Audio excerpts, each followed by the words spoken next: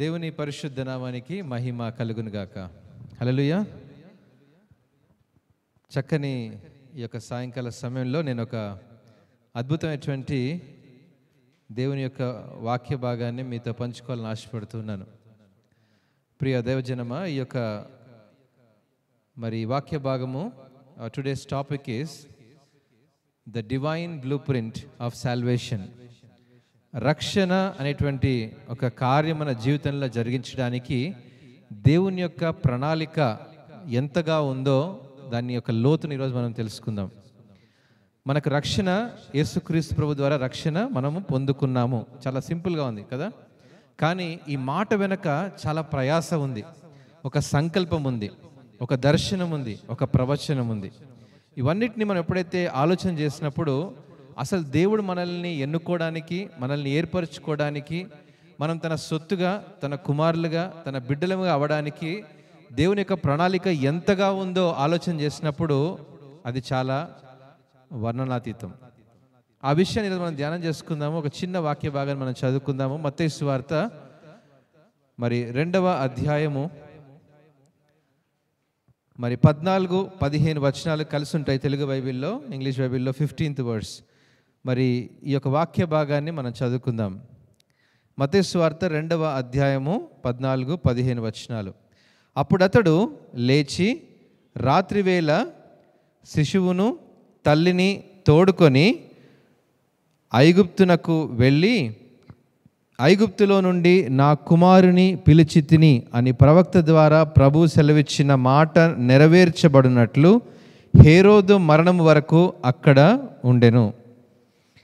మనందరికీ క్రిస్మస్ డ్రామాలో చాలామంది చూస్తుంటారు కదా, హేరోదు రాజు కదా, పక్కనే సైనికులు ఉంటారు. హేరోదు రాజు దగ్గరికి ఎంతమంది వస్తారు? 3 జ్ఞానులు వస్తాడు. యూదుల రాజు ఎక్కడ ఉన్నాడు అంటే, ఆయన మేము చూడ్డానికి వచ్చాము అంటే, మీకేమైనా తెలిస్తే నాకు చెప్పండి, నేను కూడా వచ్చి ఆయన పూజిస్తాను. ఇదంతా we know that about the Christmas. కానీ ఇక్కడ ఒక చాలా ప్రాముఖ్యమైనటువంటి విషయం ఇక్కడ గమనించండి. ఈ యొక్క 14వ వచనంలో దేవుని యొక్క దూత యోసేపుకు ప్రత్యక్షమై తన స్వప్నమందు కలలో కనబడి 13వ వచనంలో హేరోదు ఆ శిశువును సంహరింపవలనని ఆయనను వెదకబోచున్నాడు గనుక నీవు లేచి ఆ శిశువును ఆయన తల్లిని వెంటబెట్టుకొని ఐగుప్తునకు పారిపోయి, చక్కగా ఉంది వర్డ్, ఐగుప్తునకు పారిపోయి నేను నీతో తెలియజెప్పు వరకు అక్కడనే ఉండుమని అతనితో చెప్పెను. So let's learn about this. This is most important. ఇక్కడ మనం జ్ఞాపకం చేసుకోండి, యేసుక్రీస్తు ప్రభువు ఎక్కడ పుట్టాడు? బెత్లెహేమ్ అనేటువంటి గ్రామంలో పుట్టాడు. పశువుల శాలలో అతన్ని పరుండబెట్టారు. ఇప్పుడు ఆ యొక్క బర్త్ వెనక చాలా విషయాలు జరుగుతున్నాయి. ఆకాశంలో నక్షత్రం కనబడింది. ఆ నక్షత్రాన్ని చూచి 3 జ్ఞానులు బయలుదేరారు. ఆ 3 జ్ఞానులు వివిధ ప్రాంతాల్లో నుంచి వచ్చి హేరోదు దగ్గరికి వచ్చి అడిగారు, యూదుల రాజు ఎక్కడ పుట్టాడు అంటే, ఈ యొక్క హేరోదుకు రాజుకి కలవరం వచ్చింది. నేనే ఒక రాజు ఇక్కడ ఉంటే నాకంటే ఇంకొక రాజు పుట్టాడా అనేటువంటి ఆలోచన వచ్చింది. ఇది చాలా సింపుల్గానే ఉంటుంది, కానీ జాగ్రత్తగా గమనించండి, because this will give you the context of the whole story. ఎప్పుడైతే హేరోదులో కలవరం వచ్చిందో, అసలు హేరోదుకి ఎందుకు కలవరం వచ్చింది అని ఒక్కసారి మనం ఆలోచన చేస్తే, యేసు ప్రభు పుట్టకన్నా ముందు, అంటే ఈ యొక్క చరిత్ర అనేటువంటి ఎక్కడ ప్రారంభమైందంటే, మొట్టమొదటిగా ఎప్పుడైతే యెరూషలేము మందిరం సొలొమోను చేత కట్టబడిందో, ఆ యెరూషలేము మందిరము మొట్టమొదటిగా ఆ యొక్క మందిరం కూల్చివేయబడింది. దాన్ని తిరిగి మరలా కట్టబడింది. ఎప్పుడు? దర్యావేషు కాలంలో జెరుబ్బాబేలు ఆ యొక్క పనిని పూనుకొని ఆ యొక్క కార్యనంతా ముగించాడు. 536వ సంవత్సరం క్రీస్తు శకం 536 BCలోనే ఆ యొక్క మందిర నిర్మాణం పూర్తయిపోయింది. ఏ మందిర నిర్మాణము? 2వసారి మందిర నిర్మాణం పూర్తయిపోయింది. ఈ పూర్తయిపోయిన తర్వాత రోమియోలు వచ్చి ఆ యొక్క యెరూషలేము అనేటువంటి ప్రాంతాన్ని ముట్టడి చేశారు. They captured the whole Jerusalem. ఆ యెరూషలేము అనేటువంటి, అంటే ఇజ్రాయెల్ దేశాన్ని వారు స్వాధీనపరుచుకున్నారు. ఇజ్రాయెల్ అనేటువంటి ప్రాంతంలో యెరూషలేము, యూదయ, బెత్లెహేమ్ ఇవన్నీ మనకు కన్నటువంటి ప్రాంతాలు. It's a very big kingdom. Big kingdom అంటే it's not the biggest kingdom like USSR లాగా కాదు. ఒక కంట్రీ, పెద్ద ఉన్న కంట్రీ అనమాట. దాంట్లో డిఫరెంట్ పార్ట్స్ ఆఫ్ కింగ్స్ ఉండేటువంటి వాళ్ళు. అయితే ఈ రోమన్స్ ఈ యొక్క కింగ్డమ్ని వాళ్ళు ఎప్పుడైతే వాళ్ళు ఏలుబడి చేస్తూ ఉన్నారో, ఆ ఏలుబడి చేసేటువంటి టైంలో ఈ యొక్క ఇజ్రాయెల్ అటువంటి ఈ యొక్క యెరూషలేము అటువంటి ప్రాంతానికి ఒక కింగ్ని వారు చూస్ చేసుకున్నారు. He is Herod. అసలు ఈ యొక్క కింగ్డంలో ఆ టైంలో ఉన్నటువంటి వాళ్ళు ఎవరంటే కొందరు రోమీయులు ఉన్నారు, కొందరు యూదులు కూడా అక్కడే నివసిస్తూ ఉన్నారు. ఆ యూదుల కుటుంబంలోనే పుట్టాడు యేసుక్రీస్తు ప్రభు. మీ అందరికి అర్థమవుతుంది కదా. So now the actual scene comes in to picture. ఈ హేరోదుని ఎందుకు రోమీయులు ఎన్నుకున్నారు అంటే, ఏ యొక్క రెండవసారి యెరూషలేం మందిరం కట్టబడిందో ఆ యొక్క యెరూషలేం మందిరంని చక్కగా మనం బాగు చేస్తే మనము ఈ ఇశ్రాయేల్ ప్రజలతో మంచి చేసుకోవచ్చు అన్నటువంటి ఒక దురుద్దేశంతో హేరోదుని అక్కడ పెట్టి ఆ యొక్క యెరూషలేము యొక్క పునాదుల్ని, సరిహద్దుల్ని విశాలపరుస్తూ వాటికి చక్కగా మెరుగులు దిద్దాలని ఆలోచన చేశారు. సో హేరోద్కి ఒక ప్రెస్టీజియస్ ప్రాజెక్ట్ యెరూషలేము మందిరం. ఇప్పుడు మనం అనుకోవచ్చు, ఒకవేళ ఆ దినాల్లో మనం ఉన్నామనుకోండి, యెరూషలేం మందిరాన్ని కడుతున్నాడంటే హేరోద్ ఎంత గ్రేట్ పర్సన్ కదా, because I think he is loving God, he is doing godly things అని అనుకుంటాం. కానీ వాళ్ళ ఉద్దేశం ఏంటంటే ఆ రాజ్యాన్ని వారు క్యాప్చర్ చేసుకోవడానికి, ఆ రాజ్యానికి నియంతగా మేమే ఉండాలి అని చెప్పి ఇట్స్ ఎ పొలిటికల్ స్ట్రాటజీ వారు వేశారు. కాబట్టి ఎప్పుడైతే యూదుల రాజు ఎక్కడ ఉన్నాడు అనేటువంటి వార్త హేరోదుకు వచ్చిందో కలవరం మొదలైంది. నేను ఇంతవరకు ఈ రోమన్స్తో కలిసి చేతులు కలిపి ఏదో ఒకటి నా యొక్క పని నేను జరిగించుకుంటూ ఉంటే, మధ్యలో ఇంకో కొత్త కింగ్ అంట ఎవరో వచ్చి నా యొక్క పొజిషన్ని క్యాప్చర్ చేస్తున్నాడంటే పొలిటికల్ స్ట్రాటజీ ఏమవుతుంది? Now I have to go and kill that king. అందుకే వెంటనే తన సైనికుల్ని పిలిచి ఒక ఆర్డర్ ఇచ్చాడు. 2 సంవత్సరాల లోపల ఎవరైనా బిడ్డలుంటే వారిని చంపేసేయమని ఎప్పుడైతే ఆర్డర్ వచ్చిందో, దేవుని యొక్క దూత స్వప్నమందు యోసేపుకు కనబడి, now you have to go, ఎక్కడికి వెళ్ళాలన్నాడు? ఐగుప్తునకు పారిపోండి అని తెలుగు బైబిల్లో రాయబడింది. They have flight to Egypt. వెంటనే వారు వెళ్ళిపోవడం. అంటే పారిపోయి అంటే అర్థం ఏంటంటే it's not the negative word.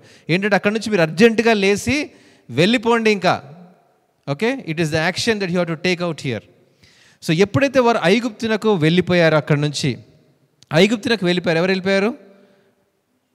యోసేపు, మరియా, యేసు ప్రభు, ఈ ముగ్గురు కలిసి ద హోలీ ఫ్యామిలీ. ఈ యొక్క ఎప్పుడైతే వెళ్ళిపోయారో ఇక్కడ చక్కగా గమనించాలి మనము. ఎప్పుడైతే మరియా మరి ఎంగేజ్మెంట్ అయిందో, అయిన తర్వాత ఆమెను భార్యగా చేర్చుకోమని స్వప్నమందు ఎప్పుడైతే యోసేపు విన్నాడో, హీ వాజ్ వెరీ ఒబీడియంట్ కదా. మరి రెండోసారి యేసు ప్రభు నీకు మరి దేవుని యొక్క కుమారుడు తన గర్భవాసంలో రాబోతున్నాడనే సంగతి తెలిసిన తర్వాత ఇప్పుడు యోసేపు అనుకోవచ్చు కదా, king of kings is with us, అసలు ఆయనే మనకు ఉన్నప్పుడు మనకెందుకు సమస్యలు వస్తాయి అనుకోవచ్చు కదా యోసేపు. కానీ హీఈస్ వెరీ ఒబీడియంట్ అగైన్. మళ్ళీ దేవదూత ఎప్పుడైతే చెప్పిందో నువ్వు వెంటనే ఐగుప్తునకు వెళ్ళిపోమంటే వెళ్ళిపోయాడు. ఇక్కడ గమనించండి, ఈ యొక్క దూత దగ్గర వచ్చినటువంటి ఆన్సర్లో ఏమని చూడండి.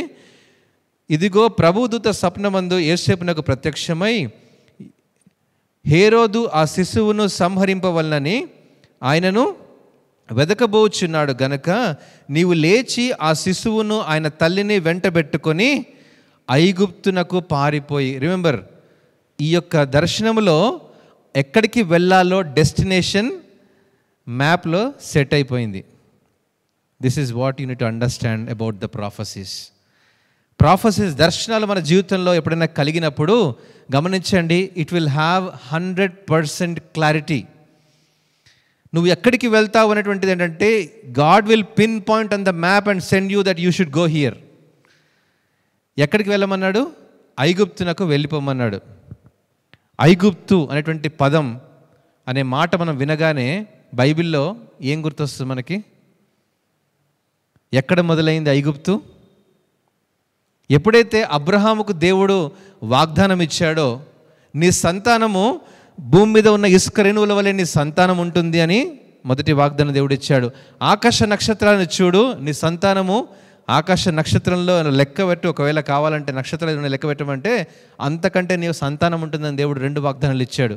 భూమి మీద నీ సంతానం ఉంటుంది, అంతేకాదు పరలోకంలో కూడా నీ సంతానం ఉంటుందని దేవుడు 2 ప్రాముఖ్యమైన వాగ్దానాలు ఇచ్చాడు అబ్రహాముకి. అంతేకాదు, ఆ వాగ్దానం ఇచ్చినప్పుడు చెప్పాడు, నీ సంతానం ఎవరైతే ఆ ఇస్సాకు యాకోబు ద్వారా ఆ 12 గోత్రాల ద్వారా ఇశ్రాయేలుగా ఏర్పరచినటువంటి జనాంగము 400 సంవత్సరాలు ఎక్కడుంటారంట? బానిసత్వంలో, ఐగుప్తులో బానిసత్వంలోనికి వెళ్తారని ఆనాడు దేవుడే అబ్రహాముకు చెప్పాడు. అదే వాగ్దానం నెరవేర్చబడింది. 12 గోత్రాలుగా ఇశ్రాయేలు జనాంగంలో ఎప్పుడైతే కనాను ప్రాంతంలో కరువు వచ్చిందో వారు అక్కడి నుంచి వెళ్ళిపోయి ఎక్కడికి వెళ్ళారు? ఐగుప్తునికి వెళ్ళిపోయారు. నా the same story is repeating, you have to understand. అదే ఇన్సిడెంట్ని దేవుడు మరలా దాన్ని యేసుక్రీస్తు ప్రభు ద్వారా దాన్ని జరిగిస్తూ ఉన్నాడు. ఎప్పుడైతే ఆ యొక్క సమస్య వారికి వచ్చిందో వారు ఐగుప్తునకు వెళ్ళారు. ఎక్కడైతే యేసు ప్రభుకు సమస్య వచ్చిందో అప్పుడు యేసు ప్రభు కూడా ఐగుప్తునకు వెళ్ళాడు. ఆ యొక్క దర్శనాన్ని, ఆ యొక్క ప్రవచనాన్ని హోషేయ గ్రంథము 11వ అధ్యాయము 1వ వచనంలో రాయబడింది. From the book of Hosea chapter 11 and verse 1. ఇశ్రాయేలు బాలుడై ఉండగా నేను అతని ఎడల ప్రేమ కలిగి నా కుమారుని ఐగుప్తు దేశములో నుండి పిలచితిని. చక్కగా ఉంది కదా వర్స్. ఎవరైనా? ఇశ్రాయేలు కుమారుడు.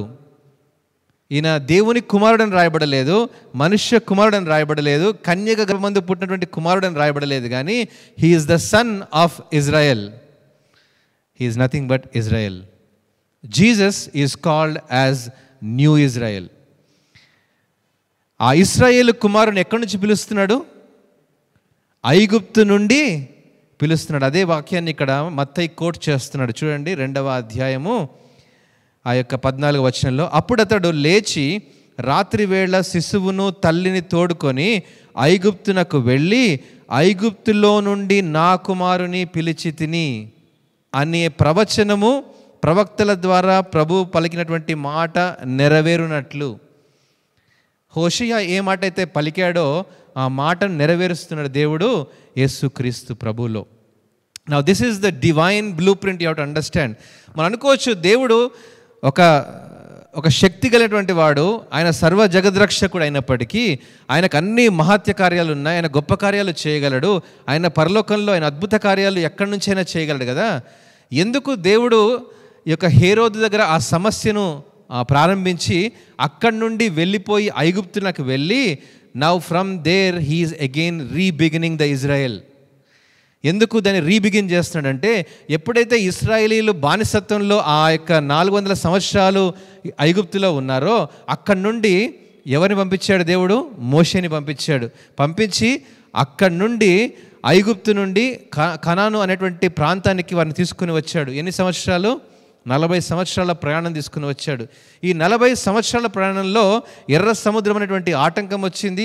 అరణ్య మార్గంలో వారు నడిచారు, వారికి ఆకలేసింది, దేవుని పైన సనిగారు, దేవుని దగ్గర నుంచి మన్నాను పొందుకున్నారు. అయినా దేవుడు కోపగించినప్పటికీ కూడా వారికి కావాల్సినటువంటి మాంసం ఇచ్చాడు, పూరీలను ఇచ్చాడు, అన్ని వసతులు వారికి ఇచ్చాడు దేవుడు. అంతేకాదు యుద్ధం ఎలా చెయ్యాలో కూడా నేర్పించాడు, ఎలా బలిపీఠాన్ని కట్టుకోవాలో నేర్పించాడు, ఎలా వారి మధ్యలో దేవుడు అగ్నిస్తంభముగా మేఘస్తంభంగా నడిపిస్తూ వచ్చాడు. ఈ 40 సంవత్సరాలు దేవుడు నడిపిస్తూ వస్తూ సినాయి పర్వతం మీద దేవుడు వారికి వాగ్దానాలు ఇచ్చాడు, వారికి ఆజ్ఞలు ఇచ్చాడు, నడిపిస్తూ వచ్చాడు. అయినా కూడా దేవునికి వారు అవిధేయులుగా ఉన్నారు. వారి అవిధేయతను దేవుడు వారిని విడిపించడానికి దేవుడు ఎంతగానో వారి మధ్యలో గొప్ప కార్యాలు జరిగించినప్పటికీ కూడా 6 లక్షల కాల్బలము బయలుదేరినటువంటి ఆ యొక్క జనాంగము చివరికి 3 మాత్రమే ఆ యొక్క కనాను ప్రాంతంలోనికి ప్రవేశించారు. ప్రియ దేవుని బిడ్డలారా, understand, now Jesus want to fix this. మనం అనుకుంటాం కదా చాలాసార్లు, ఎవరికైనా కష్టం వస్తే పక్కన అక్కడికి వెళ్ళి పర్లేదులేరా, ఇలాంటివి వస్తూనే ఉంటాయి, జరుగుతూనే ఉంటాయి అంటే ఏమంటారు సార్? అసలు నా బాధ నువ్వు పడితే నీకు తెలుస్తుంది అంటామా? అసలు ఈ బాధ నువ్వు భరిస్తే నీకు తెలుస్తుంది ఈ బాధ లోతెంతో అని. God deals the same way. మన విశ్వాస జీవితంలో, మన విశ్వాస ప్రయాణంలో మనము ఏ రీతిగా శ్రమపడుతున్నామో, ఏ రీతిగా కష్టపడుతున్నామో, దేవుడు ఆ కష్టాన్ని ఒకేసారి అలా ఏమంటారు దాన్ని, ఒక మిరాకిల్గానో లేకపోతే ఒక పారాడైమ్ షిఫ్ట్ లాగానో ఇట్లా మరి బొమ్మ బొరుసైపోయినట్టు మన జీవితంలో జరిగిపోవాలనుకుంటాం మనం. కానీ యేసుక్రీస్తు ప్రభు కూడా దాన్ని ఎక్స్పీరియన్స్ చేసి ఆ యొక్క ప్రయాణంలో నేను యేసు ప్రభుతో ఎలా తోడుగా ఉన్నానో అని తండ్రి ఆ యొక్క కుమారుని ఎలా నడిపిస్తూ వచ్చాడో అదే దేవుడు మన ముందు పెడుతూ ఉన్నాడు. ఇశ్రాయేలు జనాంగాన్ని నడిపించడానికి దేవుడు ఎన్నో పరీక్షలు పెట్టాడు, ఎన్నో వారి మధ్యలో ఎన్నో సూచనలు చేశాడు. మధురంగా మారింది, ఎన్నో యుద్ధాలు జయించారు.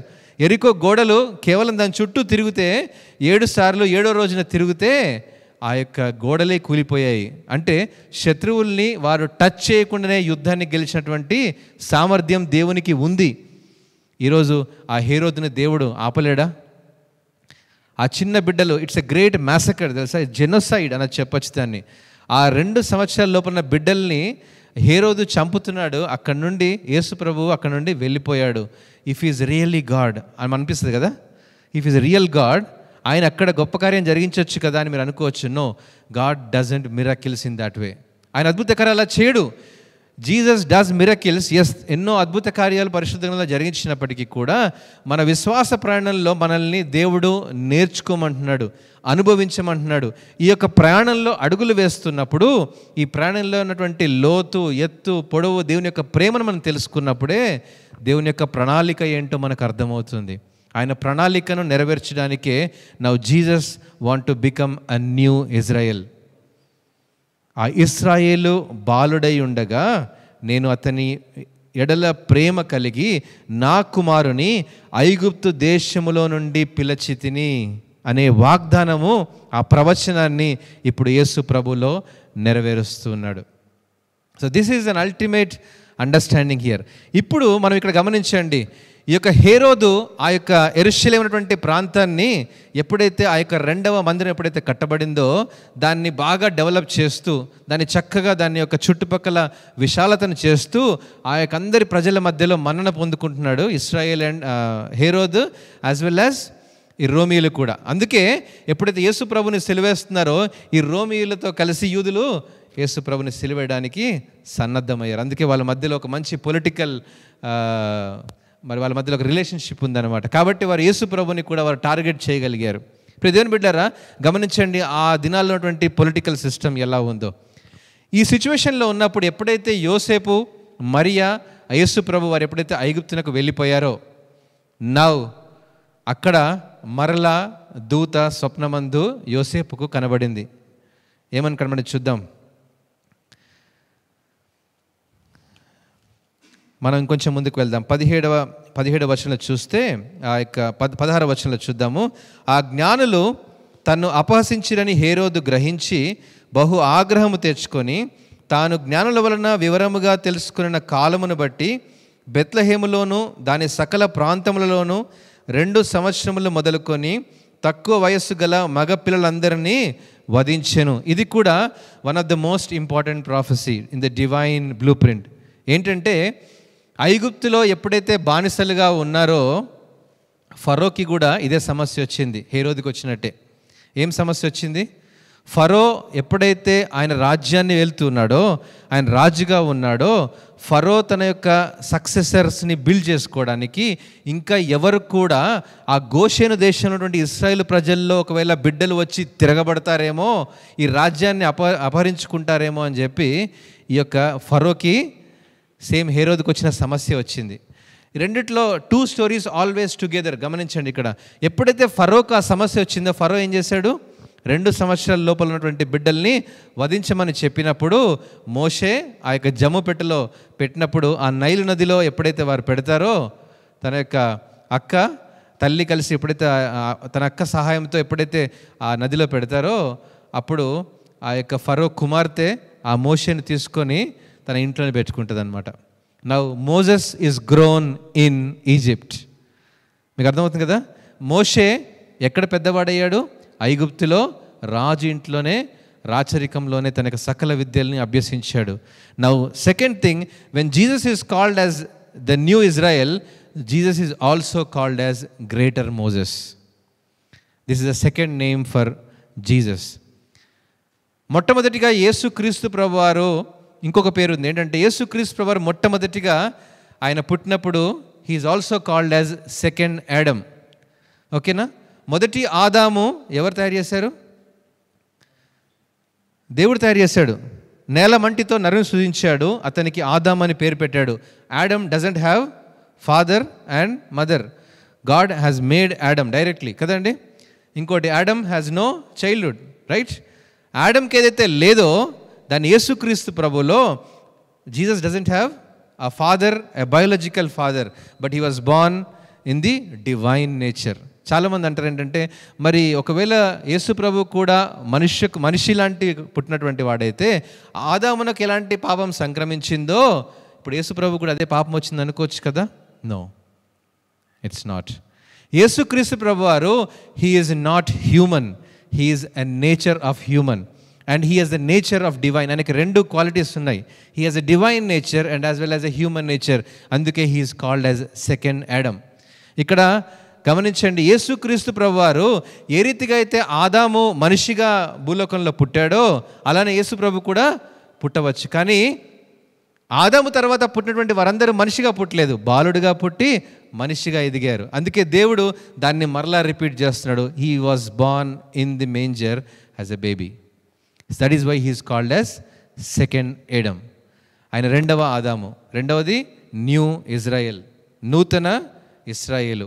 మూడవది ఏంటిది? గ్రేటర్ మోజెస్, మోషే కంటే గొప్పవాడు. ఈ మూడు పదాలు బైబిల్లో ఉంటాయి, మీరు చూసుకోవచ్చు. ఇక్కడ జాగ్రత్తగా గమనించండి ప్రియమైన బిడ్డలారా. ఎప్పుడైతే హేరోదు 2 సంవత్సరాల లోపు వారిని హతం చేయమన్నాడో ఫరో కూడా అదే కార్యాన్ని జరిగించాడు, అక్కడ తప్పించబడ్డాడు మోషే. ఎప్పుడైతే మోషే ప్రధాన యాజకుడిగా వారి మధ్యలో ఉండి ఆ ఇశ్రాయేలు ప్రజల్ని ఆ బానిసత్వం నుంచి విడిపించి, ఎక్కడ విడిపించాడు?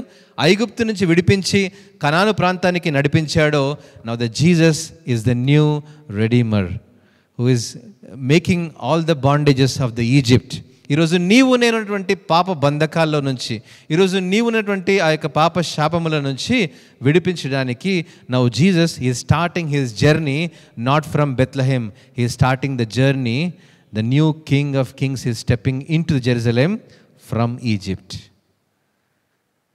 ఎక్కడి నుంచి వాగ్దానం మొదలైంది చూద్దాం. ఇంకొక వాక్యం ముందుకు వెళ్ళినప్పుడు 17వ వచనంలో చూస్తే, 19వ వచనంలో చూస్తే, హేరోదు చనిపోయిన తర్వాత ఇదిగో ప్రభుదూత ఐగుప్తులో యోసేపునకు స్వప్నమందు ప్రత్యక్షమై, నీవు లేచి శిశువును తల్లిని తోడుకొని ఇశ్రాయేలు దేశమునకు వెళ్ళుము.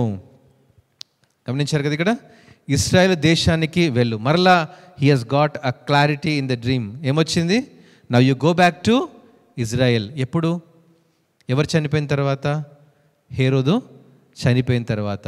అంటే దాదాపు 35 AD నుంచి 7 AD వరకు, 35 BC నుంచి 7 BC వరకు హిస్టారికల్గా మనం చూస్తే ఈ టైంలో రోమియోలు మరి రాజ్యాన్ని వెళ్తున్నటువంటి టైంలో 7 BC ఆ టైంలో హేరోదు చనిపోయి ఉండవచ్చని క్యాలెండర్గా మనం చూడగలం. ఆ సమయాల్లో ఎప్పుడైతే యేసుక్రీస్తు ప్రభువారు మరలా ఎక్కడి నుంచి బయలుదేరుతున్నారో ఐగుప్తు నుంచి బయలుదేరమని యోసేపునకు వార్త వచ్చింది స్వప్నమందు. అప్పుడు యోసేపు ఎక్కడికి వెళ్ళాలి? మళ్ళీ బెత్లెహేంకి వెళ్ళాలి. ఇశ్రాయేల్కి వెళ్ళి మళ్ళీ బెత్లెహేంకి వెళ్ళాలి. కానీ యోసేపు అక్కడికి వెళ్ళలేదు. ఎందుకంటే అప్పుడు ఉన్నటువంటి యొక్క కొత్త రాజు, హేరోదు తర్వాత వచ్చినటువంటి రాజు ఎవరంటే అర్కెలియస్. ఆ యొక్క కొత్త రాజు యూదయ సామ్రాజ్యాన్ని తన ఏలుబడిలో ఉన్నప్పుడు అహష్వేరోస్ ఉన్నటువంటి ఆ యొక్క అర్కెలియస్, ఆయన హెరర్కీలో ఆయన పేరు కూడా హేరోదే, హేరోద్ ఆఫ్ అర్కెలియస్ అని ఉంటుంది అనమాట. ఆయన ఎప్పుడైతే యూదయ సామ్రాజ్యాన్ని అధిపతిగా ఉన్నాడో ఆ టైంలో యోసేపు అనుకున్నాడు, మరలా బెత్లెహేంకి వెళ్తే ఈ హేరోదు రాజు కూడా మనకి ఏదైనా ఇబ్బంది పెట్టచ్చేమో అనుకొని అక్కడి నుంచి నజరేత్ అనేటువంటి పట్టణానికి వెళ్ళాడు. కాబట్టే యేసు ప్రభు నజరేడిన యేసు అనేటువంటి పేరు వచ్చింది. You understand? ఇంట్రెస్టింగ్గా ఉంది story, but this is not story, this is real. ఎప్పుడైతే నజరేతు నుండి పట్టణంలో యేసు ప్రభు తన అడుగులు ముందుకు వేస్తున్నాడో పెద్దవాడయ్యాడు. దేవుని దయందును మనుషుల దయందును వర్ధిల్లుతూ ఉన్నాడు. దేవుని యొక్క దేవాలయపు మందిరానికి వెళ్ళాడు. ఏ మందిరం అయితే ఆ యొక్క దాన్ని బ్యూటిఫికేషన్ చేస్తున్నారో అదే మందిరానికి వెళ్ళినప్పుడు ఒక చక్కని వర్స్ మనం చదువుదాం. మత్తయి సువార్త 24వ అధ్యాయము 1వ వచనము. మత్తయి సువార్త 24 1వ వచనము. యేసు దేవాలయము నుండి బయలుదేరి వెళ్ళుచుండగా ఆయన శిష్యులు ఆ దేవాలయపు కట్టడములు ఆయనకు చూపించవచ్చిరి. చక్కగా ఉంది కదా. అదే నేను చెప్తా ఉన్నాను. ఏం చూపిస్తున్నారు? దాని యొక్క బ్యూటిఫికేషన్ ఆఫ్ ద టెంపుల్ చూపిస్తా ఉన్నారన్నమాట. అంటే మంచి ఒక వాక్ త్రూ కదా, దాన్ని ఏమంటారు, ఈరోజు చేస్తారు కదండి కొంతమంది, హోమ్ టూర్ అంటారు కదా, లైక్ అలానే అనమాట ఇది. సో ఆ టెంపుల్ని జీసస్ చూపిస్తున్నారనమాట. చూడు ఎంత చక్కగా ఈ యొక్క రోమన్స్ హెరోద్ అంతా కలిసి ఎంత చక్కగా బిల్డ్ చేశారో చూడు, ఇది సొలొమోను దేవాలయం కంటే కూడా ఇప్పుడు చాలా అందంగా ఉందని. దట్ ఈస్ ద పాయింట్ అక్కడ. ఎప్పుడైతే యేసు ప్రభు ఆ యొక్క దేవాలయాన్ని చూస్తూ ఉన్నాడో అక్కడ చక్క మాట అన్నాడు. ఏమన్నాడు చూడండి, అందుకైన మీరు ఇవన్నీ చూచుచున్నారు కదా, రాతి మీద రాయి ఒకటి అయినను ఇక్కడ నిలిచి ఉండకుండా పడద్రోయబడినని మీతో నిశ్చయముగా చెప్పుచున్నాను.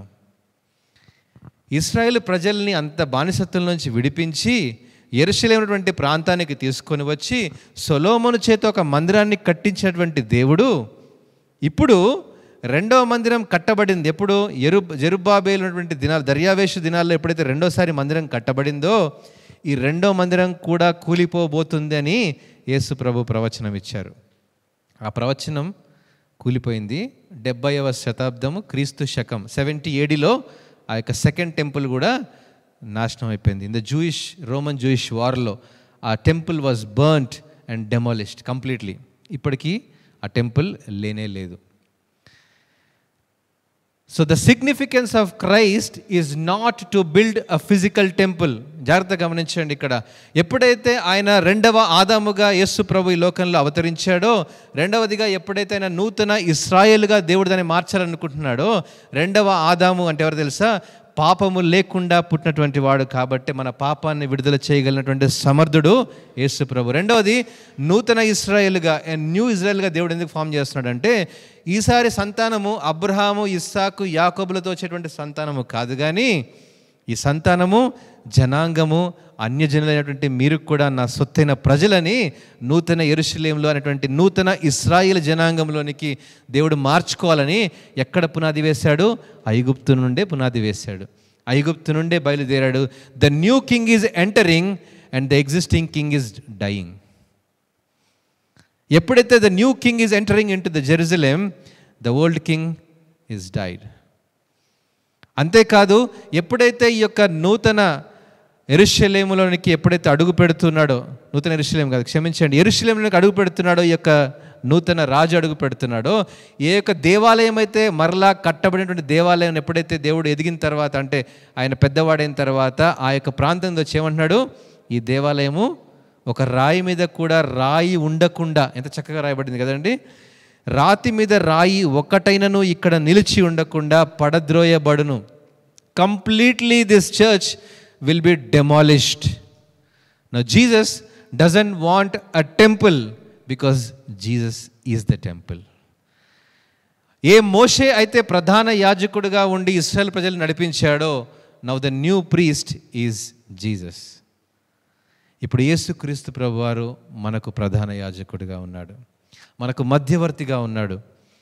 ఏ ఇశ్రాయేలు ప్రజలు ఏ సొలొమోను మందిరాన్ని కట్టుకొని ఏ అన్యజనులకు ప్రవేశం లేకుండా, అది మరి ఆ యొక్క ఔటర్ ఇన్నర్ మోస్ట్ హోలీ ఎలా అయితే ఆ యొక్క యెరూషలేము మందిరానికి ఉన్నాయో అక్కడ మనకు ఎంట్రీ లేనే లేదు. ఆ యొక్క తెరను దేవుడు చింపివేసి ఆ యొక్క మందిరం లేకుండానే దేవుడు తీసివేసి, now he want to construct a new temple, సార్వత్రిక సంఘాన్ని దేవుడు కట్టుకున్నాడు. ప్రియ దేవుని బిడ్డలారా, దేవుని యొక్క ప్రణాళిక ఎంతగా ఉంది చూడండి. ఇప్పుడు ఈ యొక్క ద హోల్ స్టోరీలో మనం గమనించినప్పుడు, ఎప్పుడైతే మరియా యోసేపులు ఆ యేసు ప్రభు వారు ఎప్పుడైతే ఆ హేరోదు రాజు చంపుతున్నాడనే విషయాన్ని తెలుసుకున్నారో, they went into Egypt. That was not a very easy journey. మనకున్నటువంటి ఫ్లెక్సిబిలిటీస్ ఆ రోజు లేవు. వారు చీకటిలో ఆ యొక్క వారికి ఉన్నటువంటి చిన్న ధారావాహిక వాహనమైనటువంటి చిన్న గాడిద గర్దభం వేసుకొని వారు they were travelling. So Jesus is experiencing that art of wilderness. ఆ యొక్క ప్రయాణంలో దేవుడు ఎప్పుడైతే వారు నడిపించాడో, క్షేమంగా ఐగుప్తులో యేసు ప్రభుని ఉంచారు. That gives a meaning today. ఈరోజు నీ జీవితంలో, నా జీవితంలో కూడా ఇలాంటి సమస్యలైనా రావచ్చు, ఎలాంటి ఉపద్రవమైన మన జీవితంలో కలగవచ్చు, ఎలాంటి ఇబ్బందులైనా నీ జీవితంలో కలిగి ఉండవచ్చు. Now Jesus has experienced that same thing. అదే యొక్క అనుభవాన్ని ఐగుప్తు ప్రయాణంలో యేసు ప్రభు వారు ఆ యొక్క కుటుంబం పొందుకుంది. So God is giving in eternal promise. ఆయన వాగ్దానాలు నీ జీవితంలో నెరవేర్చబడాలి అంటే యోసేపు వల్లే విధేయత కావాలి. అదే ఒక ప్రాణంలో కష్టములు వచ్చినా నష్టములు వచ్చినా ఆయన ఇచ్చినటువంటి వాగ్దానం మీద నమ్మకాన్ని పెట్టుకోవాలి. ఎందుకంటే ఆ వాగ్దానం ఒకనాడు నెరవేర్చబోతుంది కాబట్టి. ఆ వాగ్దానం నెరవేర్చబోయేటువంటి ప్రయాణంలో ఆయన భద్రత ఉంటుంది. ఆయన వాగ్దానం నెరవేర్చినటువంటి ఆ యొక్క విశ్వాస ప్రయాణంలో దేవుని యొక్క భద్రత, క్షేమము అందరి చుట్టూ ఉంటుందనే సంగతిని దేవుడు మరలా జ్ఞాపకం చేస్తూ వచ్చాడు. అంతేకాదు, ఏ వాగ్దానాన్ని అయితే దేవుడు నెరవేర్చాలని ఆశపడుతున్నాడో అదే వాగ్దానాన్ని దేవుడు he is not doing like a miracle, he is not doing like a simple thing, but దేవుడు దాన్ని రుజువు చేసి తన ప్రణాళికల ద్వారా దేవుడు దాన్ని యేసుక్రీస్తు ప్రభు ద్వారా దాన్ని బహిర్గతం చేస్తున్నాడు. ఈరోజు చాలామంది అనేక ప్రశ్నలు వేస్తూ ఉంటారు. ఏంటంటే, ఒకవేళ దేవుడికి అంత శక్తి ఉంటే ఆ సిలువ మీద అతను తప్పించుకోవచ్చు కదా అని. No, that is not the ultimate purpose. ఎప్పుడైతే ఆ యొక్క ఐగుప్తు నుండి ప్రయాణం మొదలైందో, యేసు ప్రభు ఆ యెరూషలేము ప్రాంతానికి వచ్చాడో, నజరేతు నుండి పట్టణానికి వచ్చాడో, అక్కడి నుండి ప్రారంభమైనటువంటి ప్రస్థానము 33.5 సంవత్సరాల తర్వాత యేసు ప్రభు తన తండ్రి ఇచ్చినటువంటి చిత్తాన్ని ఆ కలువరి శిలువ మీద నెరవేర్చుకున్నాడు. A divine plan always will be executed, but it has his own time. ఆయనకు ఉన్నటువంటి సమయం కోసం మనం వేచి చేయాలి. ఈరోజు మన విశ్వాస జీవితంలో ప్రియ దేవుని బిడ్డలారా, ఈరోజు మనం ప్రార్థన చేస్తాం. ఏంటి తెలుసా, 1 వీక్ తర్వాత నేను నీకు కార్యాన్ని జరిగిస్తానంటే మనకు ఓపిక ఉంటుందా? మేబీ ఉంటుందేమో. ఒకవేళ 1 వీక్ కాదు, 3 months తర్వాత నీ వాగ్దానం నెరవేర్చబడుతుంది అనుకోండి, 2 months తర్వాత దాన్ని మనం మర్చిపోతాం. ఎందుకంటే మనకు న్యూ ఇయర్ ఫస్ట్న మనం తీసుకున్న వాగ్దానం ఇప్పటికి కూడా గుర్తులేదు మనకి. That's how our lives is all about. ఈరోజు మన విశ్వాస ప్రయాణంలో మనం అన్నీ కూడా త్వరగా కావాలి. Because now today we're in the instant days. ఆ దినాల్లో ఒకవేళ ఏదైనా ఒక వార్త, ఒక రాజు ఇంకొక రాజుకు వార్త చెప్పాలనుకోండి, కుడ్ బి సమ్ డేస్ కదా మధ్యలో ఉండేది. కానీ ఈరోజు ఇట్స్ మోస్ట్ క్విక్కర్ కదా. ఎక్కడో ఉన్నటువంటి యూఎస్లో ఉన్నటువంటి వాళ్ళకు కూడా మనం క్విక్గా ఇన్ఫర్మేషన్ని మనం పంపించగలం. టుడే మన మైండ్ సెట్స్ ఎలా అయిపోయామంటే, మనం ప్రార్థన చేసినటువంటి ఆమెను అనగానే, నేను కళ్ళు తెరవగానే నాకు అద్భుత కార్యం నాకు కనబడాలి. ఈరోజు విశ్వాసి ఆలోచించేటువంటి విధానం అది. కానీ యేసు ప్రభు వారు దాన్ని రుజువు చేసి చూపిస్తున్నారు. ఏంటంటే, ఆయన ప్రణాళికలు, ఆయన ఉద్దేశాలు, ఆయన చిత్తాన్ని తెలుసుకున్నప్పుడు you should know how to lean on the promise, you should know how to wait, you should know understand the time of God. ఆ యొక్క దేవుని యొక్క చిత్తాన్ని తెలుసుకున్నటువంటి విశ్వాసి యొక్క ప్రార్థన 45 సంవత్సరాలు పట్టింది కాలేబు ప్రార్థనకు సమాధానం పొందుకోవడానికి. 100 సంవత్సరాలు పట్టింది అబ్రహాం యొక్క ప్రార్థనకు ప్రతిఫలాన్ని పొందుకోవడానికి. 100 సంవత్సరాలు అంటే ఏంటండి, ఒక వ్యక్తి జీవితంలో తన జీవిత కాలం. ఎప్పుడయ్యా అంటే, ఒకవేళ నువ్వు 9th క్లాస్ 10th క్లాస్ చదువుతున్నప్పుడు నీకు వాగ్దానం వచ్చిందనుకోండి, ఎప్పుడండి వాగ్దానం నెరవేర్చబడుతుంది అంటే, నీవు రిటైర్మెంట్ వచ్చిన తర్వాత అన్నారనుకోండి, ఇంకెవడన్నా నమ్ముతాడా వాగ్దానం? ఇంకెవరు నమ్మరు. ఎందుకంటే అప్పటిదాకా నేను ఏం చేయాలి? This is how we live in the society today. ఈరోజు మన విశ్వాస జీవితంలో ఇలాంటి ప్రార్థన విషయంలో మనం దేవుని యొక్క చిత్తాన్ని తెలుసుకోకుండా, ఆయన సంకల్పాన్ని తెలుసుకోకుండా, ఆయన మీద ఆధారపడకుండా, ఆయన ఇచ్చినటువంటి ఖచ్చితమైన సమయం మీద మనం లోబడకుండా ఉంటున్నాము. కాబట్టి అనేక సార్లు మన జీవితంలో ఆ ప్రతిఫలాన్ని మనము చూడలేకపోతున్నాం. But when you understand the divine blueprint of salvation, దేవుడు మనకు రక్షణ ఇవ్వడానికి God has not done any miracles. ఆ యొక్క ప్రణాళికను దేవుడు సంసిద్ధం చేయడానికే తండ్రి తన యొక్క కుమారుని ఎంచుకున్నాడు. ఆ కుమారుణ్ణి భూలోకానికి పంపించాడు. ఎక్కడి నుండి ప్రారంభమైంది ప్రయాణము? ఐగుప్తు నుండి ప్రారంభమైంది. ఆ ప్రస్థానం ఎప్పుడైతే మొదలైందో మనం చూసాం కదా, మత్తయి సువార్త 2వ అధ్యాయంలో ఈ యొక్క వాక్య భాగం మనం చదువుతున్నాం. 2వ అధ్యాయంలో ఎప్పుడైతే మనం చూసామో 19వ వచనంలో చూస్తే, హేరోదు చనిపోయిన తర్వాత ఇదిగో ప్రభుదూత ఐగుప్తులో యోసేపునకు స్వప్నమందు ప్రత్యక్షమై, నీవు లేచి శిశువును తల్లిని తోడుకొని ఇశ్రాయేలు దేశమునకు వెళ్ళుము, శిశువు ప్రాణము తీయజూచుచుండు వారు చనిపోయిరని చెప్పెను. అప్పుడతడు లేచి శిశువును తల్లిని తోడుకొని ఇశ్రాయేలు దేశమునకు వచ్చెను. అయితే అర్కెలాయు తన తండ్రి అయిన హేరోదునకు ప్రతిగా యూదయ దేశం ఏలుచున్నాడని విని అక్కడికి వెళ్ళి వెరచి స్వప్నమందు దేవుని చేత బోధింపబడిన వాడై గలిలియా ప్రాంతమునకు వెళ్ళి నజరేతను ఊరికి వచ్చి అక్కడ కాపురం ఉండెను. ఆయన నజరేయుడనబడునని ప్రవక్తలు చెప్పిన మాట కూడా నెరవేరెను. అంటే యేసు ప్రభువు వేసేటువంటి ప్రతి అడుగులో కూడా ఆ ప్రవచనాలను నెరవేర్చడానికి వచ్చాడు. ధర్మశాస్త్రాన్ని ఆయన కొట్టివేయడానికి రాలేదు, కానీ ధర్మశాస్త్రాన్ని మార్చడానికి రాలేదు, కానీ ధర్మశాస్త్రంలో అయితే రాయబడిందో, ఏ ప్రవచనం అయితే రాయబడిందో దాన్ని ఆయన సంపూర్తి చేయడానికి యేసుక్రీస్తు ప్రభువు వచ్చాడు. నెరవేర్చడానికి, సంపూర్తి చేయడానికి. The prophecies are fulfilled only in Jesus Christ. హల్లెలూయా. ఈరోజు మన విశ్వాస ప్రయాణంలో ఆ క్రీస్తుని మనం కలిగి ఉన్నప్పుడే మన జీవితంలో వాగ్దానాలు నెరవేర్చబడతాయి. It will be fulfilled. ఆయన మీద ఆధారపడేటువంటి విషయంలో ఆ క్రమాన్ని మనం నేర్చుకోవాలి. దీనికి కావాల్సినటువంటి విషయం ఏంటంటే విధేయత. దేవుని పట్ల మన యొక్క విధేయత, దేవుని యొక్క నిబంధన పట్ల విధేయత. దేవుడు ఒకటి చెప్తే ఇంకోటి చేశారనుకోండి, ఏమవుతుంది? నినివే బొమ్మంటే తర్షీష్కి వెళ్ళిపోతే ఏం జరిగింది? దేవుడు మరలా అక్కడి నుంచి లాక్కొని వచ్చి తన పని జరిగించుకుంటాడు. ఒకవేళ దేవునికి ఇంకా మన మాట వినకుండా ఉన్నాం అనుకోండి, ఏమైపోతాం? ఇంకంతే. 6 లక్షల కార్బలం బయలుదేరింది, కేవలం కొంతమందే ఆ కనాను ప్రాంతానికి చేరుకున్నారు. ఈరోజు మన పరమ కనానికి మనం చేరుకోవాలి అంటే ఎంతమంది? ఎన్ని లక్షల మంది బయలుదేరితే ఎన్ని కోట్ల మంది? ఈరోజు కొన్ని వేల కోట్ల మంది జనాభా ఉంది ఇక్కడ. ఇంతమంది కోసం దేవుడు తన రాకడను ప్రతి దినం ఆలస్యం చేస్తున్నాడు అంటే కారణం ఏంటి తెలుసా? మన నంబర్ ఇంకా కొంచెమే ఉంది. సంఘం ఇంకా సిద్ధపాటులో లేదనే సంగతి దేవుడు గ్రహించి ప్రతి దినం తన యొక్క రాకడను ఆలస్యం చేస్తూ రక్షణ ఇంకా అందించబడినటువంటి ప్రాంతాల్లో రక్షణ అందించబడాలని, సువార్త ప్రకటించని ప్రాంతాల్లో సువార్తను ప్రకటించాలని దేవుని యొక్క సంకల్పం ఎంత ఉందో ప్రియ దేవుని బిడ్డలారా గమనించండి. చిన్న ప్రార్థన చేసుకుందాం. ప్రార్థనలో ఎంత లోతైనటువంటి అనుభవాలు మన జీవితంలో ఉన్నాయని ప్రశ్న వేస్తే, నీ వాగ్దానం నెరవేర్చబడిందా అని ప్రశ్న వేస్తే మనలో ఎంతమంది సమాధానం చెప్పగలుగుతాం? How much time you are spending in prayer, asking God to fulfil the promises in your life. నీ జీవితంలో వాగ్దానం నెరవేర్చబడ్డానికి, నీ జీవితంలో దేవుని యొక్క సంకల్పం నెరవేర్చబడ్డానికి దేవుడు తన కార్యాన్ని సిలువలో జరిగించాడు, సరే. కానీ ఈరోజు నీ జీవితంలో ఆ యొక్క కార్యము జరిగిందా లేదా అని మన విశ్వాస జీవితం ద్వారా రుజువు చేయగలుగుతున్నామా? ఒకసారి ప్రశ్న వేసుకొని ప్రార్థన చేసుకుందాం. అనేక సార్లు ఈ మోడర్న్ సొసైటీలో, ఈ ఇన్స్టెంట్ వరల్డ్లో అన్ని క్షణంలోనే జరిగిపోయినటువంటి ఆలోచనలు కనుక నీకు ఉన్నట్లయితే, I think that is how we're utterly failing my dear brothers and sisters. మన విశ్వాస ప్రయాణంలో పడిపోయేటువంటి సందర్భాలు అవే. అపవాది మనలో జరబడి అంటాడు, ఇంకెంతసేపు ప్రార్థన చేస్తావయ్యా, ఇంకెంతసేపు మోకాళ్ళు ఉంటావు, ఇంకెంతసేపు వాక్యం చదువుతావు, there are many other important things in your life. మన విశ్వాస క్రమంలో మోకాళ్ళు నలగకుండా దేవుని యొక్క ప్రార్థన దగ్గర నుంచి జవాబు పొందుకోవాలి అంటే ఇంపాసిబుల్. విశ్వాసము లేకుండా దేవునికి ఇష్టడైనట అసాధ్యము. ఎంత అద్భుతమైనటువంటి వాక్య భాగం మధ్యలో ఉన్న మన జీవితాల ద్వారా దాన్ని మరలా దేవుడు స్థిరపరచునుగాక. ప్రార్థన చేసుకుందాం. మహోన్నతుడా, పరిశుద్ధుడా, నీకే స్తోత్రం చెల్లిస్తున్నాం నాయన. మా విశ్వాస ప్రాణంలో ప్రభా మేమేమై ఉన్నామో కేవలం నీ కృపను బట్టే ఉన్నాం ప్రభా. ఏ యోగ్యత లేదు నాయన, ఏ మంచితనము లేదు నాయన.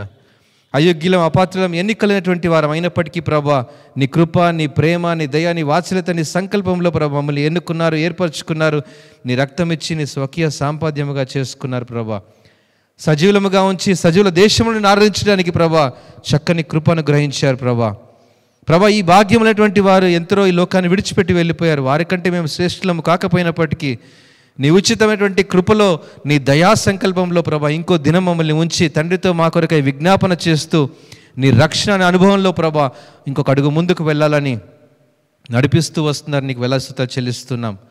వాక్య భాగం చేత ప్రభా మమ్మల్ని నడిపించారు నాయన. అవును ప్రభా, ఆనాడు ఐగుప్తు నుండి ప్రయాణం కనానుకు చేరింది ప్రభా. యేసు క్రీస్తు ప్రభు కూడా అదే ఐగుప్తు ప్రయాణం ప్రభా మమ్మల్ని అందరినీ పరలోక రాజ్యానికి నడిపించేటువంటి నాయకుడు మా వద్ద ఉండగా ప్రభా మేము గమ్యం చేరేంత వరకు కూడా మా విశ్వాసాన్ని కాపాడుకుంటూ అంతం వరకు విశ్వాసాన్ని గట్టిగా పట్టుకొని అడుగులు ముందుకు వేసేటువంటి జ్ఞానమును, సామర్థ్యాన్ని మమ్మల్ని అందరికీ దయచేయమని మా జీవితాల్లో ప్రభా నాయన ఇంకా ప్రార్థనలో లోతైన అనుభవాలు, ఇంకా వాగ్దానాలని ప్రభా లోతైన అనుభవాలు, దర్శనాలు చూసేటువంటి అనుభవాలు ప్రభా నీ మహిమల వైపు కాకుండా ప్రభా నాయన ఇదిగో నీ మీద ఆధారపడేటువంటి జీవితాల వైపుగా ప్రభా మరి స్వస్థతల విషయంలోనికి ప్రభా పరిగెత్తకుండా ప్రభా శ్రమలో, కష్టములో, బాధలో ప్రభానైనా అనుభవాల్లో నుంచి ప్రభానైనా నీ యొక్క విశ్వాసాన్ని నేర్చుకోవడానికి ప్రభా ప్రతి ఒక్కరి మీద ప్రభా నీ ఆత్మ వర్షాన్ని కుమ్మరించమని, నడిపించమని వాక్యాన్ని ప్రభు మరొకసారి దీవించి ఆస్వాదించి బలపరచమని యేసుక్రీస్తు అతి పరిశుద్ధ నామమున ప్రార్థించి అడిగి వేడుకుంటున్నాము తండ్రి. ఆమేన్.